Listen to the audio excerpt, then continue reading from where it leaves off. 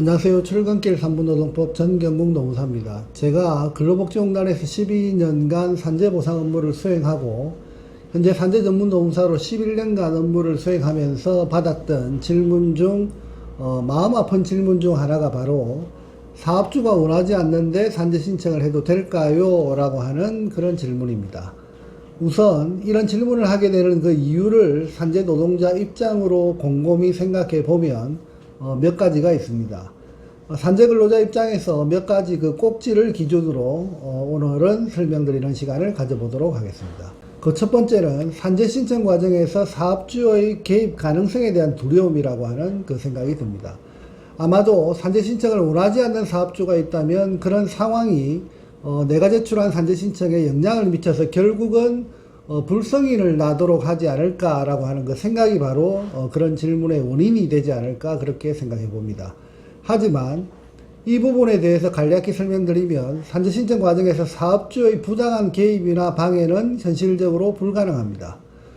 산재 신청 서류를 근로복지공단에 제출하면 근로복지공단에서는 재해자의 주장 사실에 대한 객관적 사실 여부에 대한 조사를 진행하고 그리고 그 객관성을 확인하는 과정에서 사업주에게 보험가입자 의견서라고 하는 그 문서를 보낸 후 재해자 측 주장 사실에 대한 확인 작업을 하게 됩니다. 이 과정에서 사업주가 주장하는 사실이 있다 하더라도 사고 상황이나 각종 사실에 대한 사업주 임의대로 그리고 원하는 대로 재해자의 주장이 묵살당할 염려는 전혀 하지 않아도 된다는 점을 정확히 아셔야 합니다.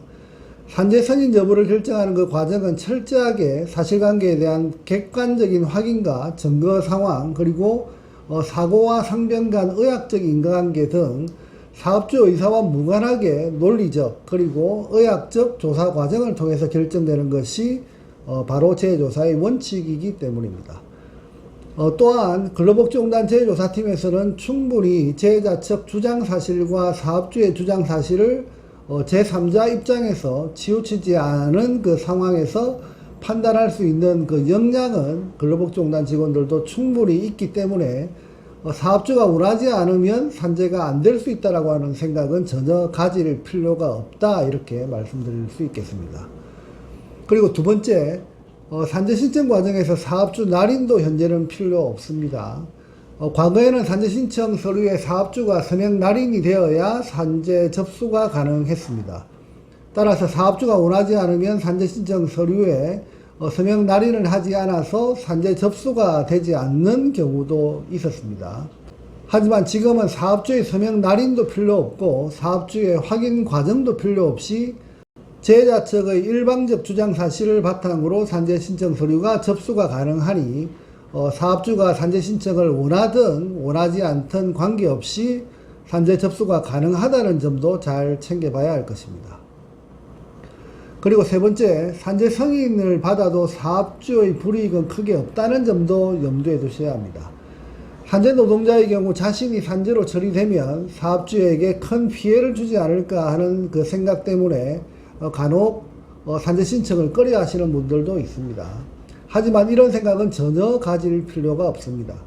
결론적으로 말씀드리면 과로사 또는 내심일관계 질환과 같은 질병성 재해의 경우에 사업주의 보험료가 인상되지 않을까 생각하는데 현행 산재보험법에 의하면 질병성 재해로 인한 산재보험료 인상 효과는 제로입니다.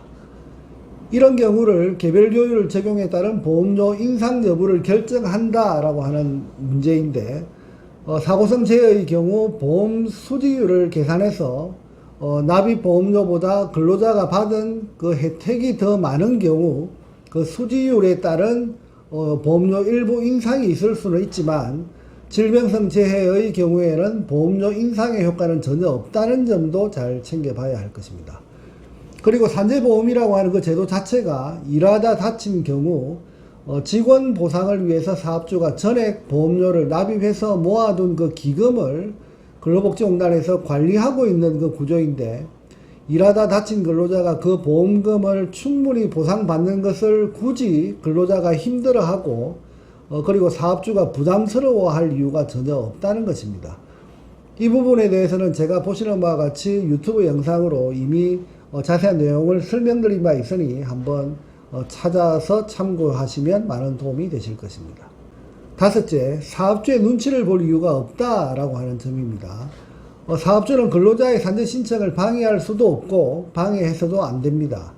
만일 산재 신청을 방해하는 것과 같은 그 행위를 할 경우에는 이러한 사항은 형법상 권리행사 방해죄를 부과할 수도 있고, 그리고 산업안전보건법상 산재 은폐를 시도한 혐의로 처벌을 받을 수도 있습니다. 그리고 산재 발생 후 1개월 이내에 고용노동부 산업안전과에 산업재해조사표를 제출하지 않는 경우 과태료 700만원 상당의 처벌을 받을 수도 있습니다. 이처럼 산재사고가 발생한 경우 산재를 신청하는 것은 근로자의 권리임과 동시에 사업주의 산업안전보건법상 보고 의무사항이라고 하는 점을 생각하면 사업주의 눈치를 볼 이유가 전혀 없다는 점도 잘 확인하셔야 할 사항입니다. 오히려 산재사고가 발생했는데 그 사고를 산재 신청하지 않고 그대로 둘 경우, 그리고 사업주가 고용노동부에 산업재해조사표조차도 제출하지 않은 그 경우에 결국 사업주는 산재 은폐 또는 산재 위복으로 인한 행정처벌을 받게 된다는 점을 사업주가 오히려 잘 챙겨봐야 할 사항입니다.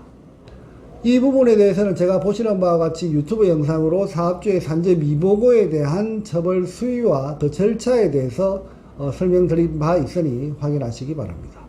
오늘은 사업주가 원하지 않는데 산재 신청을 해도 될까요? 라고 하는 그 질문에 대하여 전혀 그런 고민을 하지 않아도 된다는 내용으로 몇 가지 근로자 입장에서 그 체크사항을 설명드리는 시간을 가져봤습니다. 산재 신청은 여러분의 소중한 권리라고 하는 점을 마지막으로 강조드리면서 오늘 영상을 마치도록 하겠습니다. 감사합니다.